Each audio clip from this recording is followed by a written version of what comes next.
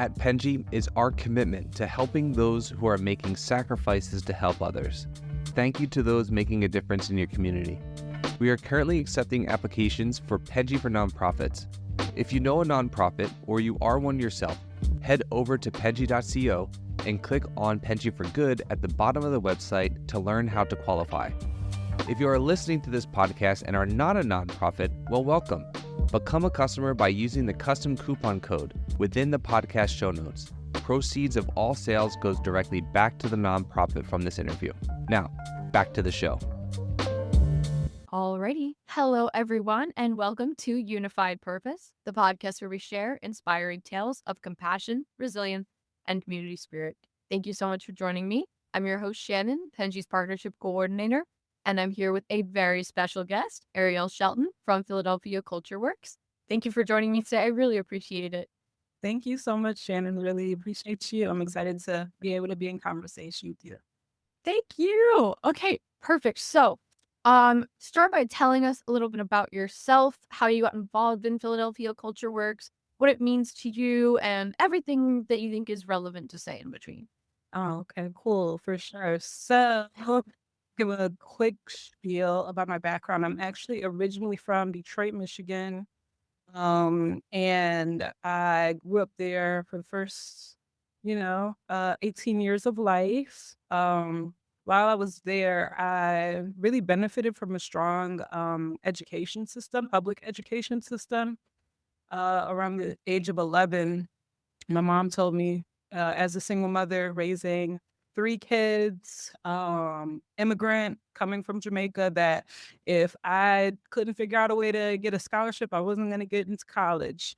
So I needed to figure that out. And so around the age of 11, as I mentioned, I was in a band class because I was always like super into creativity. Like I was the kid that was always doodling, in my spare time. And I like won like in the fourth grade a like vision board contest, and so I signed up for band to try to, to figure out this whole this creative interest. And in the band class, the band director was like, look, if you play the French horn, the bassoon, the oboe, you'll probably get a scholarship to college. And I was like, okay, my mom gave me that spiel. I love the very specified instruments. Like, you will get a scholarship for these because people don't play them.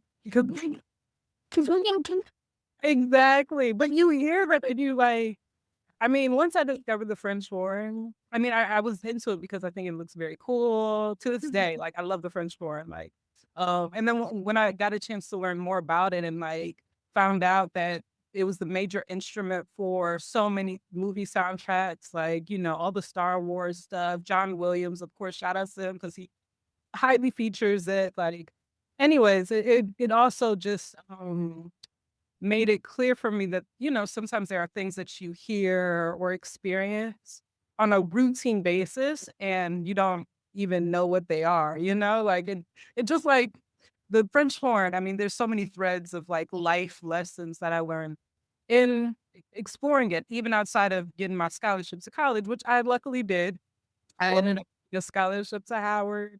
And that's how I ended up in DC. While I was at Howard, I was really interested in expanding and discovering what it meant to work in the business side of things. So I studied music business, and I was really inspired by my classmates around me. And I'll just fast forward through this chunk of time. But while I was in DC and shortly after leaving school, I ended up working with a friend on a project called The Musicianship, where we provided after-school music lessons to kids in DC, many of whom just did not have that access. Also supported an organization called the Washington Women in Jazz Festival as a woman playing a brass instrument at that time, especially, and just not really seeing that representation.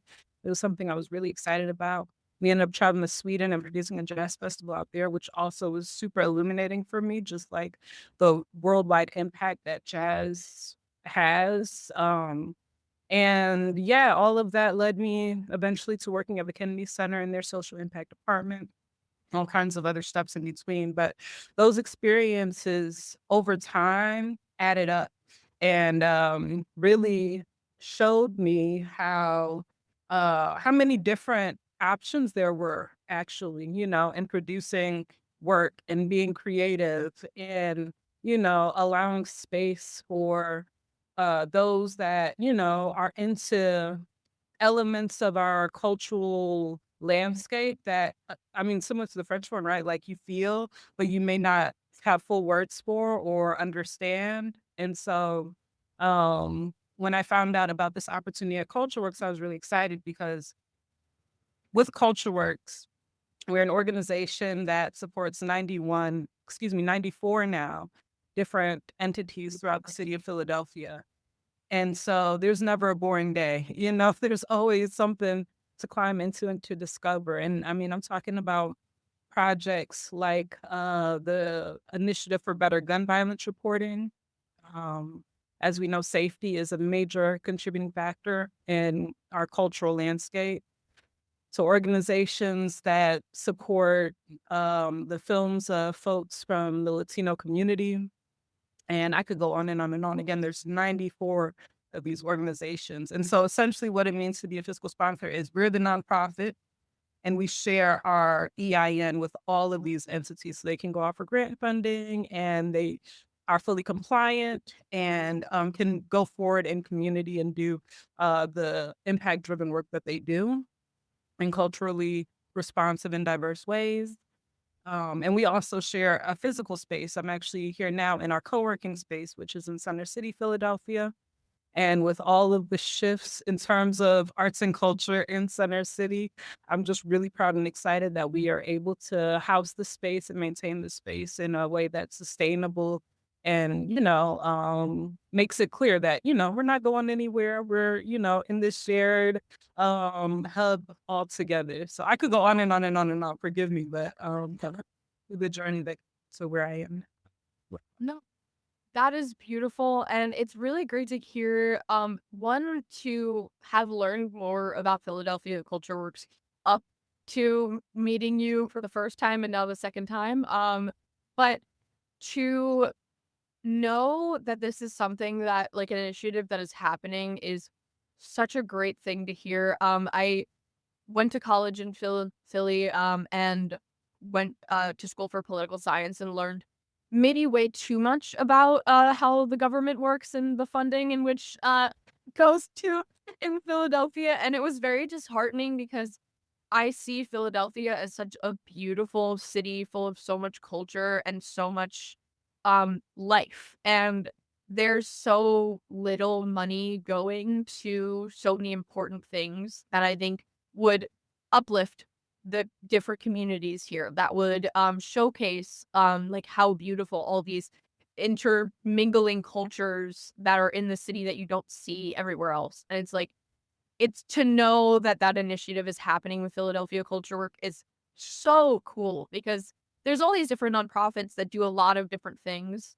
And I think they're all necessary for different reasons, especially since there's such a gap with funding for so many things that should be funded more and better and properly. But to see this kind of initiative that supports a conglomerate of those spaces is so, so cool to hear about and to know that it's happening. Because I think, like, what better place than Philadelphia to have something like this?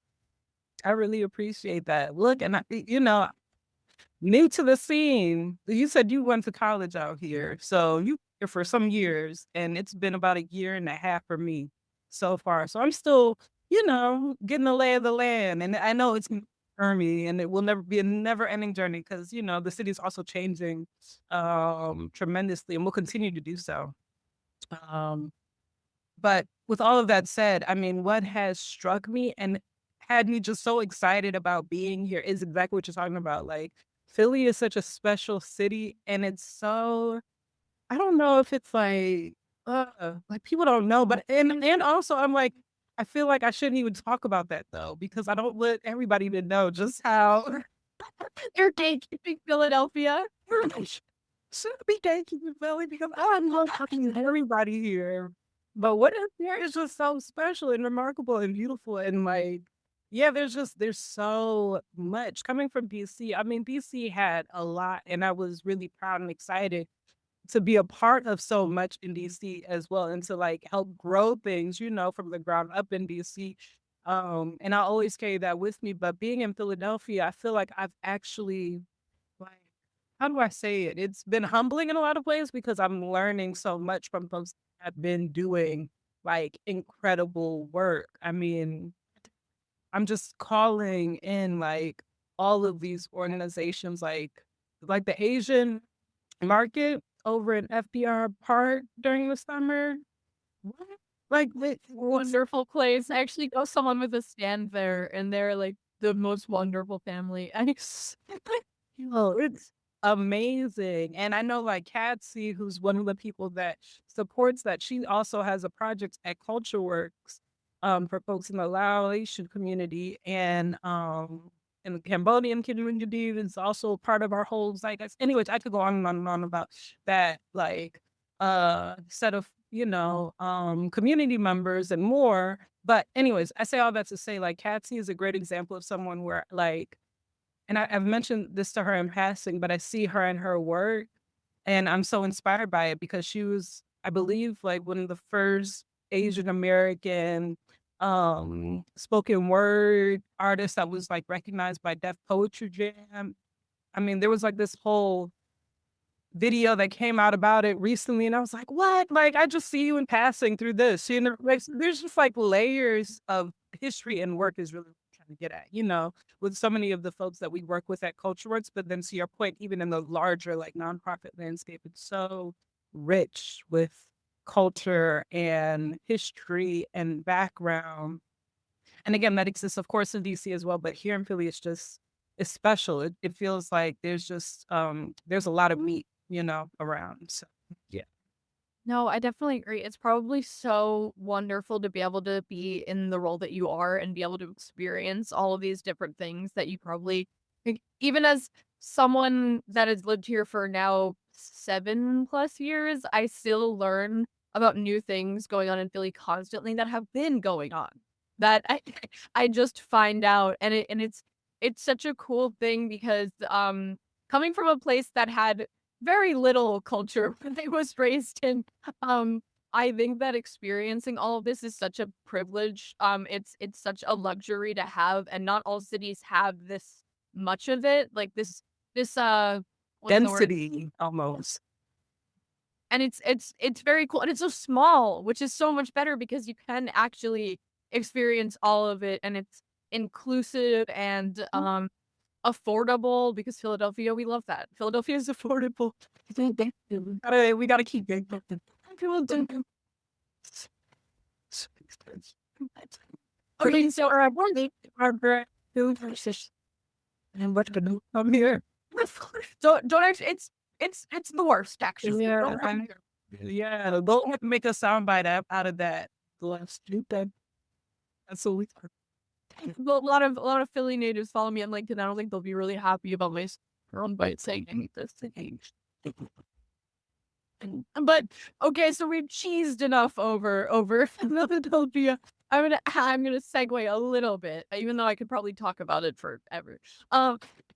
So how does culture work since they work with so many different organizations? How do you kind of measure your impact, like on creative or cultural communities? Like, I'm sure that there's some kind of metrics that you have to abide by in order to like share with stakeholders or whatever it may be. But how do you guys consider that? Yeah, I mean, I would say for us as a fiscal sponsor, our primary stakeholders in terms of reporting are our grantors or our funders, folks that are providing financial resource to our organizations or the organizations we work with and with whom we're ultimately accountable in terms of making sure that, that money is being tracked and budgets are being spent in the ways that they've been requested to be spent. And so I have an amazing co-executive director. Her name is Belinda Staffy, and she manages our fiscal sponsorship program in full. Her and the bulk of the rest of the team, we have a team of 6 people that go through weekly finance check-ins, go through quarterly reporting moments, just on a daily basis are checking in to make sure that those financial requirements that our funders are looking for are met with receipt. We use so much technology here to manage it all. I mean, it's a small team, but one of my colleagues, his name is Johnny Garat, and he is like, I mean, I think I've said this to him like uh, at some point, but just like genius level at making sure that our systems are set up in a way where things are being tracked regularly. We also have a finance director. Her name's Ellen, and she's been with the organization for goodness some time now. Like she's been with the organization more than 10 years for sure, and has established a really trust-based relationship with so many of the organizations that we work with. And so, yeah, a funder or, someone who's providing grants to an organization is like, hey, we need to, just sort through how this money is being spent, why, where, how, et cetera. Like Ellen is able to quickly get on the phone anytime day and will do so, just to make sure that everything is clear. So yeah, for us, like we take our responsibility and being and being a fiscal sponsor very seriously. Because we're ultimately the ones that are responsible for how, things go, being the holders of the EIN for, these organizations. So having those technological tools in place, having team members that are just like experts at this work is a privilege to be able to be a part of all of that. And for me, my job, my role really is to make sure that people know that the service is here. I think a lot of people are unaware of what fiscal sponsorship fully is. I mean, it's a relatively emergent aspect in the nonprofit community overall. It is one that, has had its challenges, depending on the organization and its capacity and how it's grown. For us, we're constantly looking at ways to make sure that, we continue to grow in responsible ways so that we're not overextending ourselves. Um, but yeah, like just getting the awareness out there that there is that option for fiscal sponsorship is really what I'm all about. And also the shared resource again that we have here with our co-working space. You don't have to spend thousands on thousands to have an office. You can always look at, sharing that with others that are similarly aligned around mission and vision. So yeah. I do really like that. I guess it's also a way for, I don't know if this is how it works for you guys, but being able to have people um work alongside you, like maybe if they are involved with your organization or not, but it's also a way to network, I guess. I'm sure. Absolutely. Yeah, and it's funny you mentioned that because so Melinda and I joined, as I mentioned, about a year and 3-ish months ago.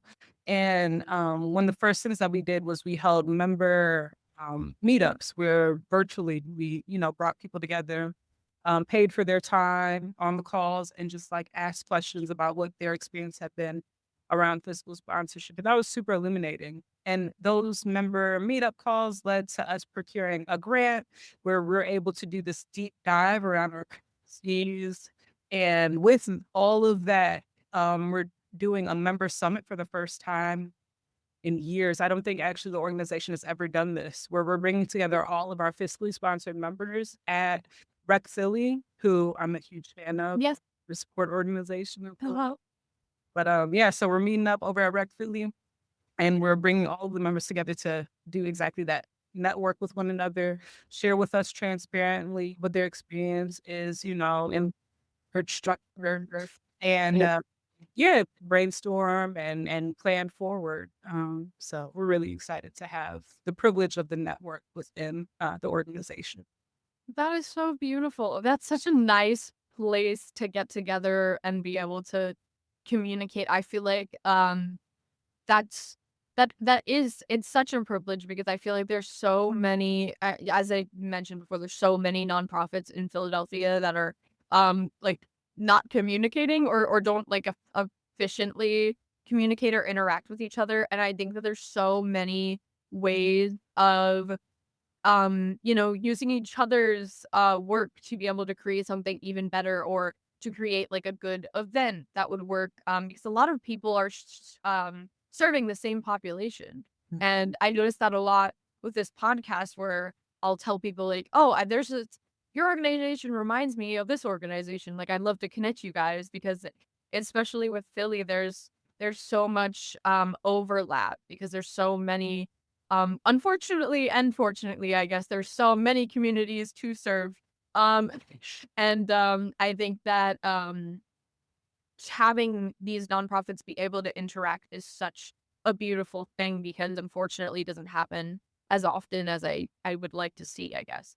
Look, tell me about it. It's the diversity of the culture here, right? I think that leads kind of to it. It's like, it's interesting because on one hand, one of the things I've experienced is like a lot of people know one another, especially people that have been here for some time and, are clearly like similarly aligned in terms of what they want to see happening where, when, why. But there are also like a relatively newish crop of folks that have come in, and many of whom, in the 20s, y'all know what was happening then.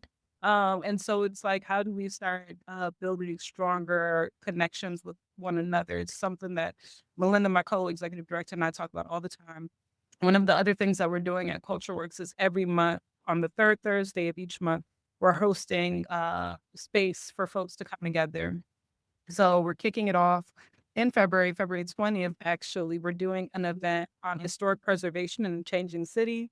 And that is the first conversation on purpose for so many reasons. I mean, I'll just mention one of the organizations we work with is called Hidden City Philadelphia, and I definitely recommend people check them out. They have a really tremendous social media presence where they, really dive into the history of Philadelphia and all of the architecture and what it housed at one point.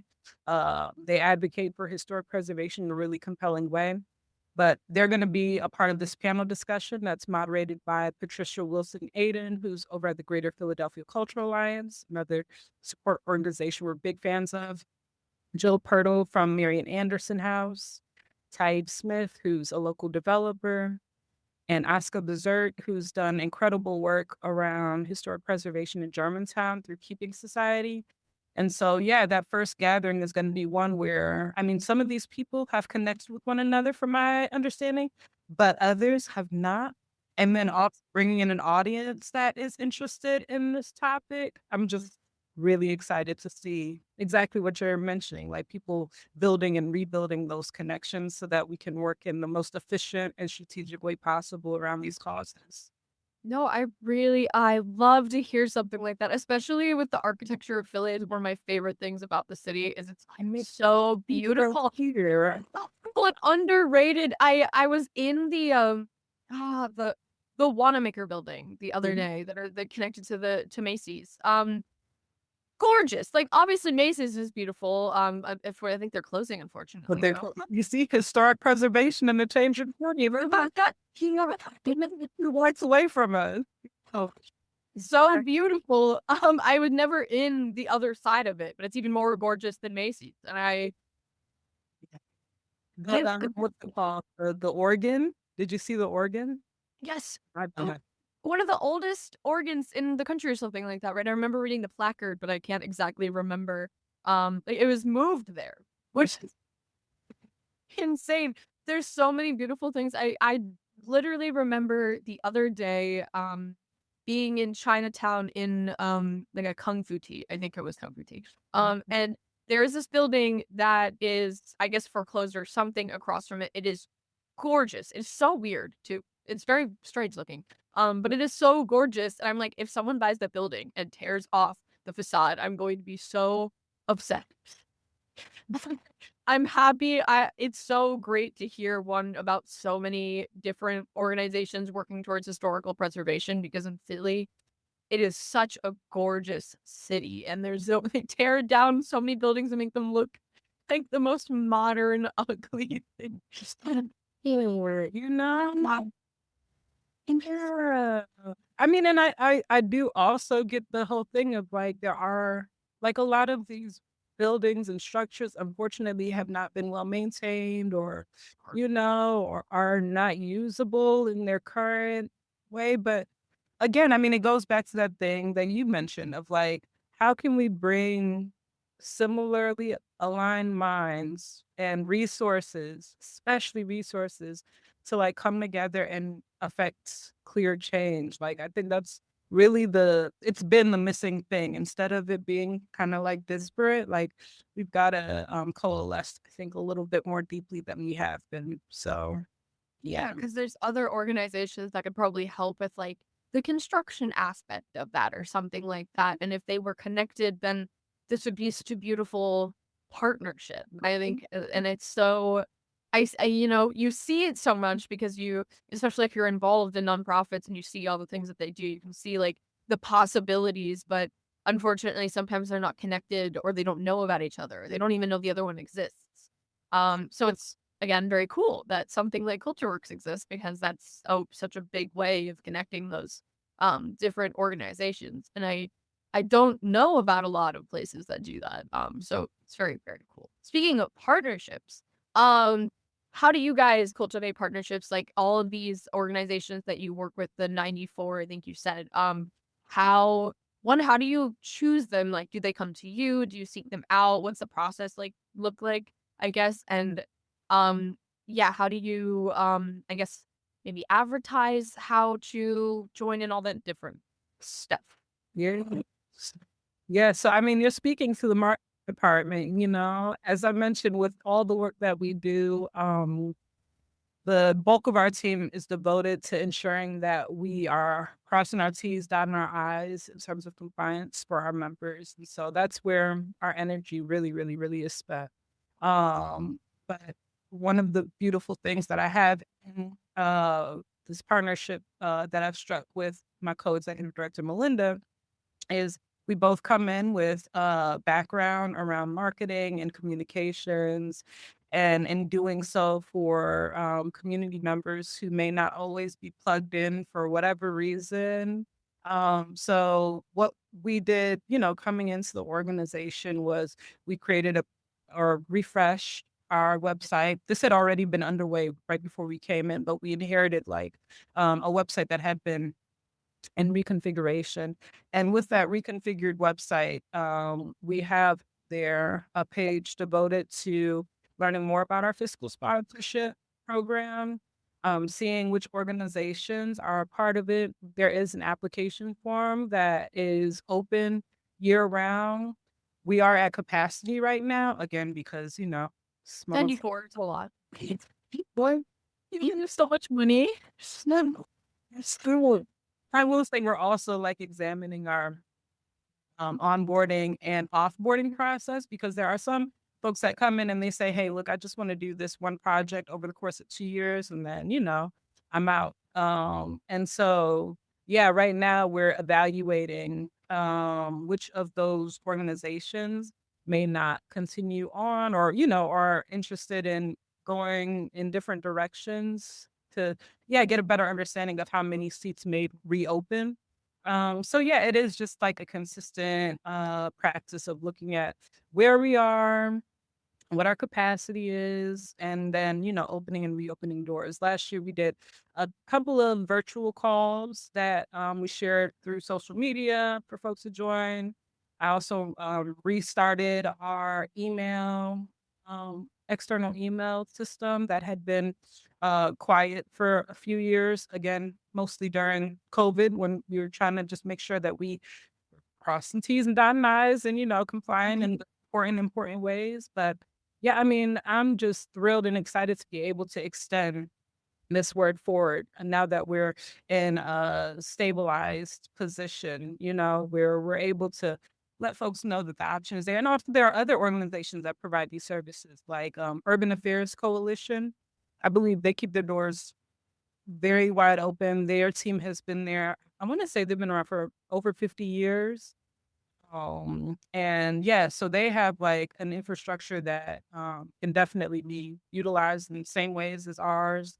Bradford Atlas is another amazing organization that, we like to champion. They also provide fiscal sponsorship to organizations and entities. So, yeah, I mean, as people come to us and as we let folks know about these opportunities, we're consistently also sharing other organizations that we're proud to partner with and how they, do similar things as well.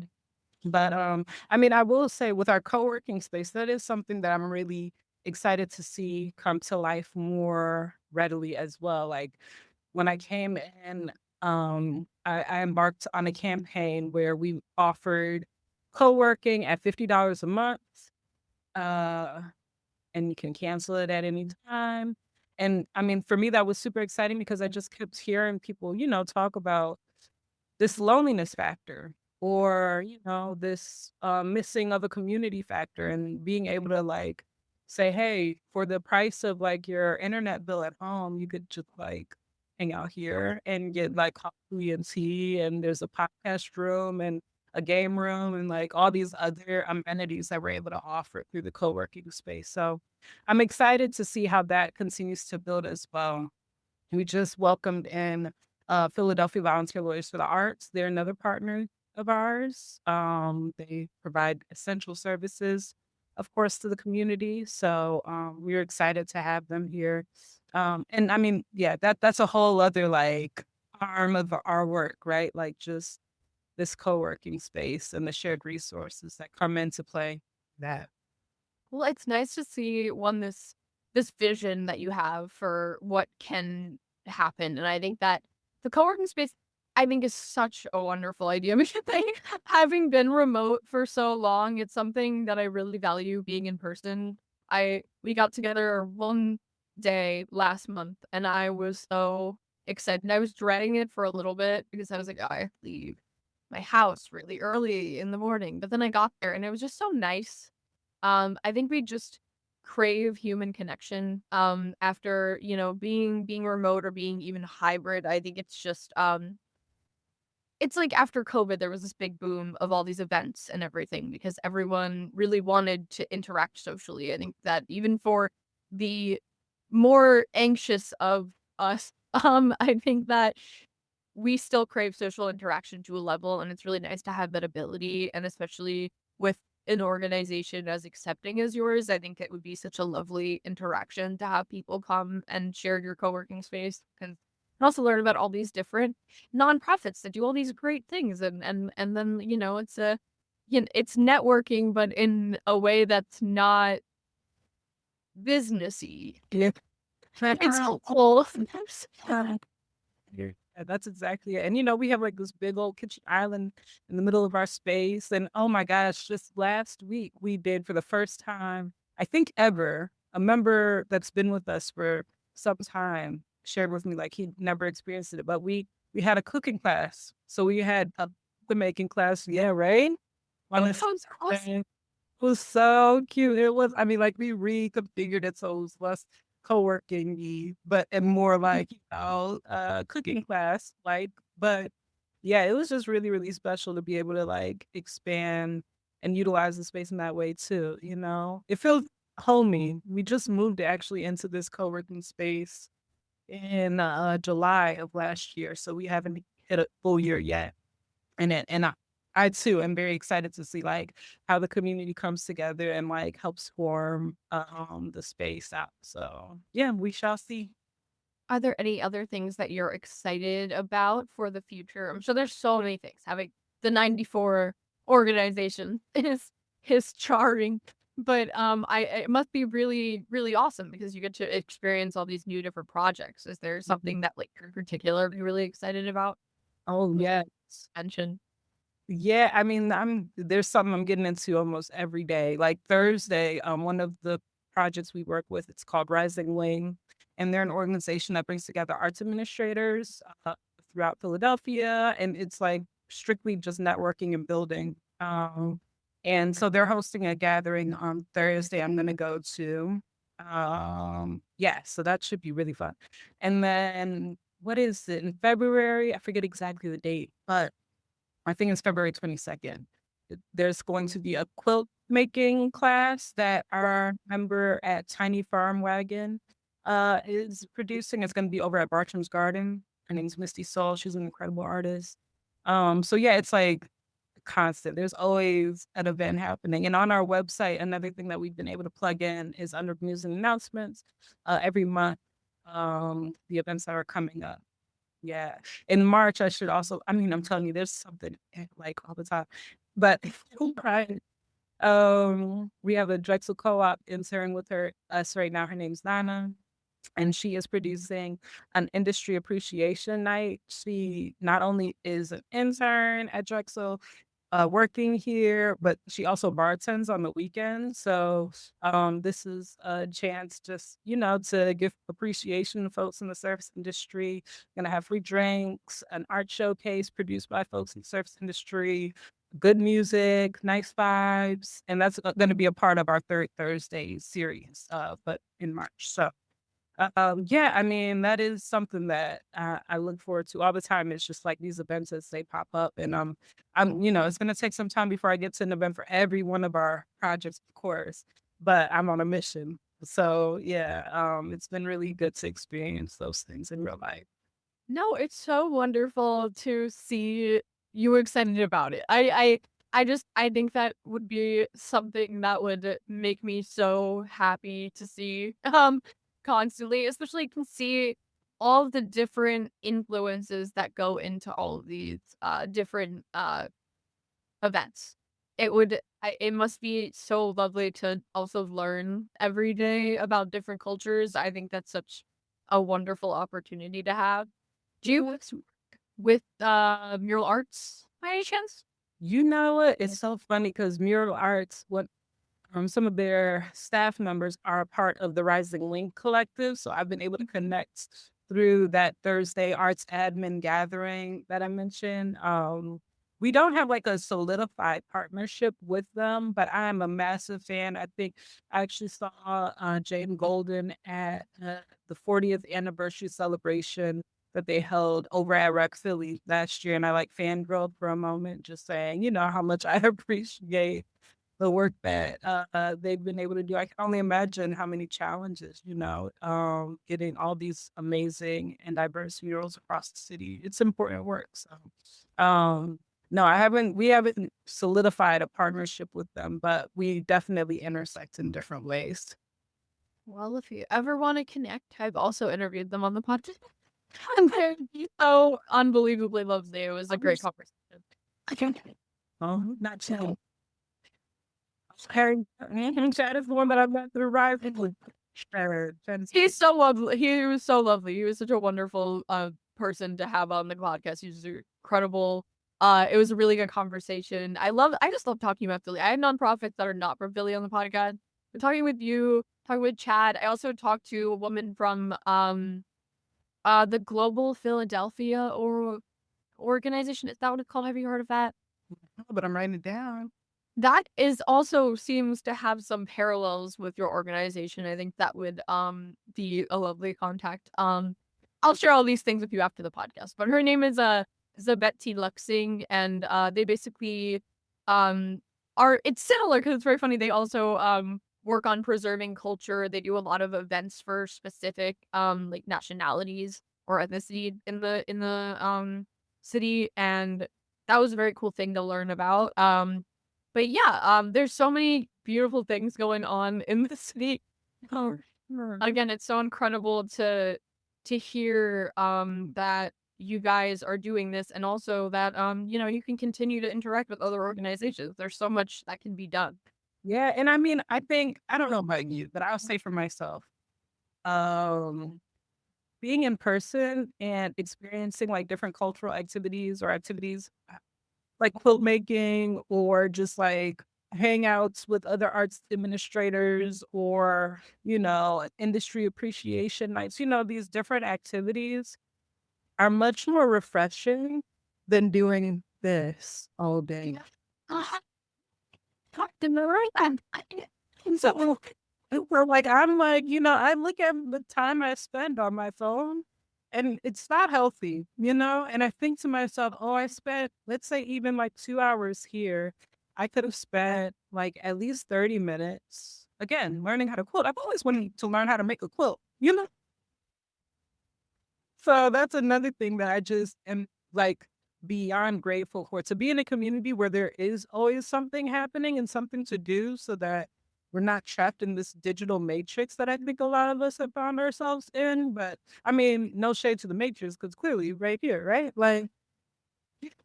Like this is necessary also.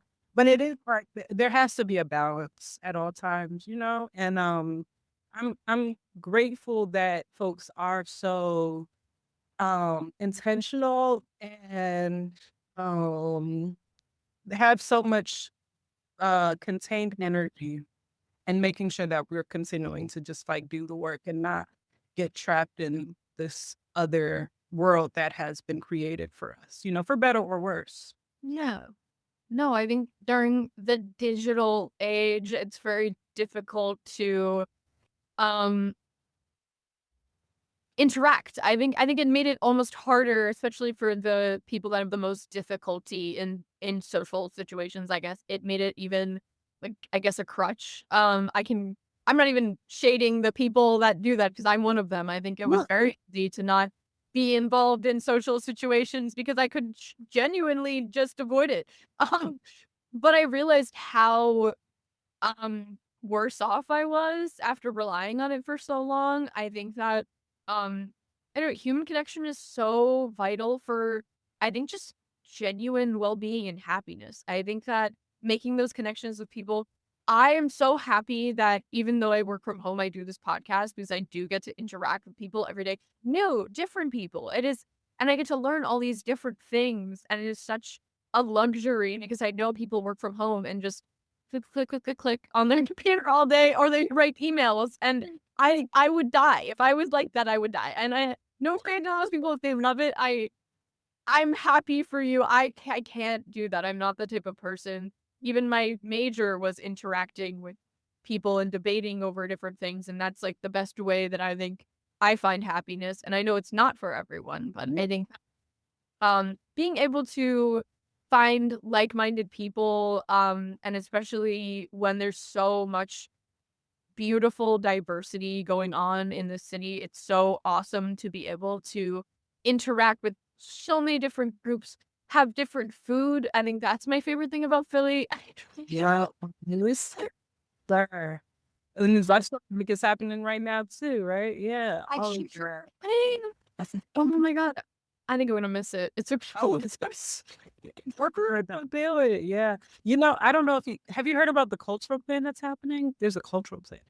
no, what is Oh, that? yeah. Look, this is beautiful things about working in this industry right now. So there's a woman, her name is Val Gay. She was appointed within the mayoral cabinet and is leading Creative Philadelphia now.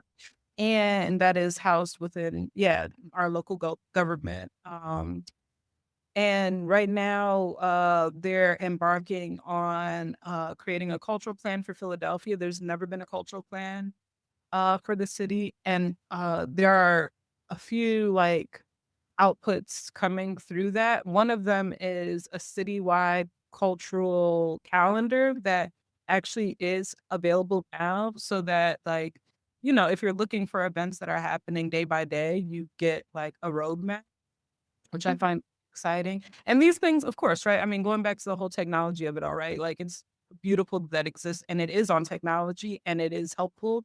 But I hope that we continue to like really examine how we're using. And maybe this is a speech to myself. This is me on the soapbox to myself, but just examining how I'm using technology for those like meaningful in-person interactions with folks that, you know, I have shared community with. I think it's necessary, especially now. No, I definitely agree, and I think this is a wonderful note to end on because unfortunately we are so over time, but I'm so happy to talk to you. So it is totally okay, and I think this was such a wonderful chat. I do think that it was a great for us to end on because I think that people should maybe think about the way in which they interact more intentionally as well as the way they use their devices. There's so many ways to use them for good. There's very passive not good or bad ways of using it, but I think using it less or using it in more intentional ways that are, interacting with people, I think is the best way to do that. Yeah. Thank you so much for joining me today. I really appreciate it. I'm so sorry to cut it short. I never wanted that. I appreciate you, Shannon. I'm looking forward to seeing you in real life at some point. That would be so lovely. I'll come to the coworking space. I love coworking space. That's what we did before we went completely remote. It was very nice. But I really appreciate everything that you brought to the table, and thank you so much. I hope that people will watch this podcast and learn a lot more about Philly. Maybe they won't move here at all because I really like it. But it was absolutely incredible having you on today, and thank you so much. Anytime. Hope you have a good rest of your day. Thank you too. Bye, everyone. You've been listening to Unified Purpose, brought to you by Penji. Check out the show notes to learn more about today's guest. And to learn more about Penji, the human-first creative subscription service, head over to penji.co. And by the way, if you're still listening, it would mean the absolute world to us if you were to share this podcast with a friend and, of course, subscribe.